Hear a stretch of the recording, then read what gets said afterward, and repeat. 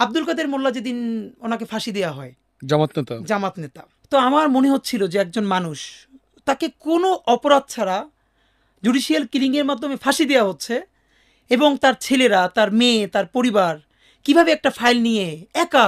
তো পরের দিন ওনাকে যখন ফাঁসি দেওয়া হলো এবং পরে জানলাম ওনার ঢাকার বাসায়ও হামলা করা হলো এবং ওনার বাচ্চাদেরকেও সেটা দেখতে দেওয়া হলো না। আমি জানি না ভাইয়া কী হয়েছে আমি আমার বাসায় গড়াগড়ি করে চিৎকার করে কাঁদতেছিলাম। আমি কোনোদিন আব্দুল কাদের মোল্লাকে দেখি নাই, জামাতের কোনো বড় নেতা তো দূরের কথা, শিবিরের কোনো বড় মানুষের সাথে আমার কোনোদিন আলাপ হয় নাই, শুধু আমার ডিপার্টমেন্টে যারা করতো তাদের সাথে আমি চিৎকার করে গড়াগড়ি করে কাঁদতেছিলাম। আমার মনে হইতেছিল যে আমার অতি পরিচিত একজন মানুষ যে মাজলুম, তারে আমাদের সামনে বসে, এই এখানে আমার বাসার পাশে কোর্ট, আমার বাসা রামপুরা, এই এখান থেকে এত কাছে, তারে ফাঁসি দেওয়া হইলো কোটি কোটি মানুষের সামনে, আমরা দেখতেছি কিন্তু কেউ কিছু বলতে পারতেছে না।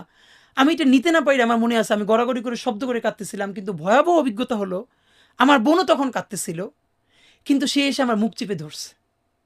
আমার বোন মুখ চেপে ধরে আমার বলতেছে, সেও কাঁদতেছে নীরবে, যে জোরে চিৎকার করে কাঁদা যাবে না, কারণ আমার বাসার পাশের ফ্ল্যাটে যদি কেউ চিৎকার করে কান্না শোনে, তারা বুঝে ফেলবে যে এই বাসায় মনে হয় শিবিরের কেউ আছে, তখন আমাদের বাসা ছাড়তে হবে, অথবা এই বাসায় আমরা থাকতে পারবো না।